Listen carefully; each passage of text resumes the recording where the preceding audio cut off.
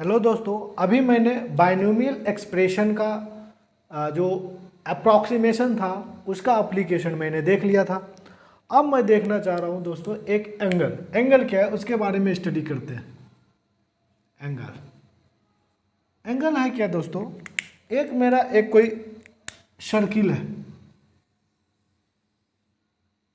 है जिसके सेंटर से एक आर दूरी पे एक आर्क हम क्या के कट कर दिए, जो कि सेंटर पे थीटा एंगल सस्टेन कर रहा है। ये भी आ रहा है, इसका आर्क लेंथ एस है, ये सेंटर क्या है हमारा ओ।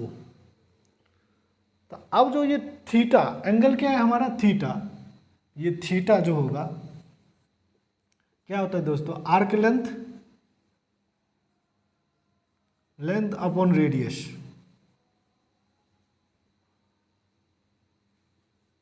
तो आर्क लेंथ कितना है दोस्तों, ये आर्क लेंथ हमारा एस है, एस अपॉन आर, यानी कि थीटा इजकल टू क्या होगा दोस्तों, एस अपॉन आर।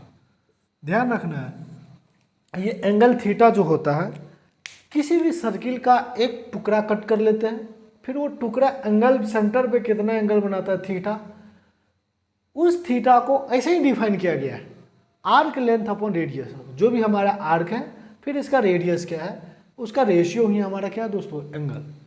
हम दूसरी बात भी बोल सकते हैं कि जो एक लाइन का दूसरे लाइन का जो झुकाव है उसको भी एंगल बोलते हैं। मतलब ये ओ है, ए है, ये बी है, तो जो ए बी लाइन का झुकाव है विथ रिस्पेक्ट टू ए, उसी को हम क्या बोलते हैं, एंगल बोलते हैं। इसी को हम बोलते हैं थीटा। लेकिन इसको समझने के लिए, बेटर अंडरस्टैंडिंग के लिए हम क्या करते हैं, एक सर्किल लेते हैं, सर्किल में छोटा सा आर्क कट कर लेते हैं जिसका रेडियस आर है, इसका आर्क लेंथ ये है। अब इसमें ऑब्जर्व करने वाली बात है, क्या ये डायमेंशन लेस क्वांटिटी है दोस्तों? हम बताए थे यूनिट एंड डायमेंशन में कि angles are dimensionless quantity, but इसके पास यूनिट है, क्या है, रेडियन। क्यों यूनिट लेस, डायमेंशन लेस कैसा होगा, ये आर्क लेंथ है, इसका भी मीटर होगा, ये भी क्या हो, रेडियस, ये भी मेजर करते हैं मीटर। आर्क क्या है, वो भी हम मीटर में मेजर करते हैं, रेडियस में हम मीटर में मेजर करते हैं। दोनों का रेडियस क्या होगा, मीटर से मीटर कैंसिल आउट हो जाएगा, तो डायमेंशन लेस क्वांटिटी होगा। तो एंगल हमारा क्या है, डायमेंशन लेस क्वांटिटी है, और लेकिन इसके पास यूनिट है, क्या है, रेडियन। ध्यान रखना, बट थीटा इज क्या है, dimension less quantity.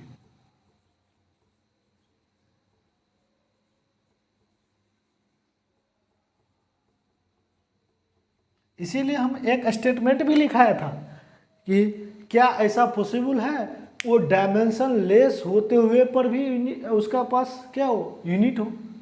Yes, angle ऐसा है जो डायमेंशन लेस है फिर भी उसके पास यूनिट है।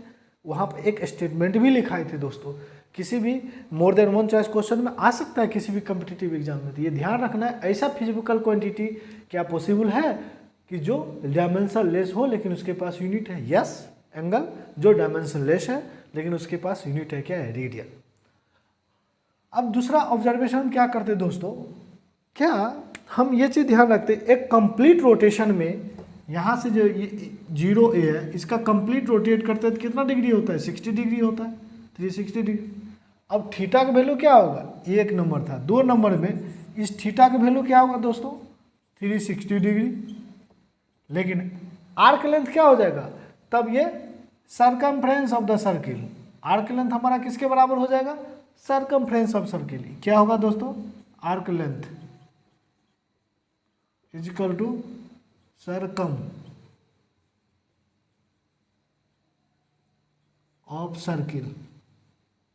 सरकमफ्रेंस ऑफ द सर्किल क्या होगा दोस्तों, 2 पाई आर, और रेडियस आर, आर से आर कैंसिल आउट हो जाएगा, तो यानी कि 360 डिग्री इज इक्वल टू क्या होगा, 2 पाई।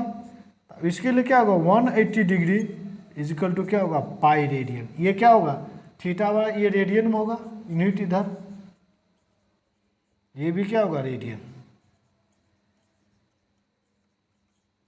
तो इसीलिए दोस्तों एक चीज़ हमारा ध्यान रखना है कि 1 डिग्री इज इक्वल टू होगा पाई अपॉन 180 डिग्री, 180 रेडियन।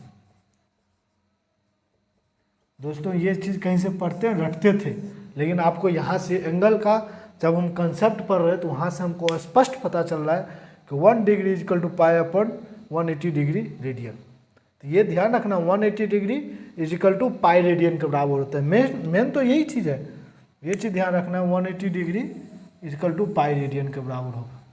अब कहीं पे कन्वर्जन करना हो degree to radian, suppose 1 degree को रेडियन में कन्वर्ट करना है तो क्या होगा, पाई से 180 डिग्री कर देना, बस रेडियन में कन्वर्ट हो जाएगा दोस्तों।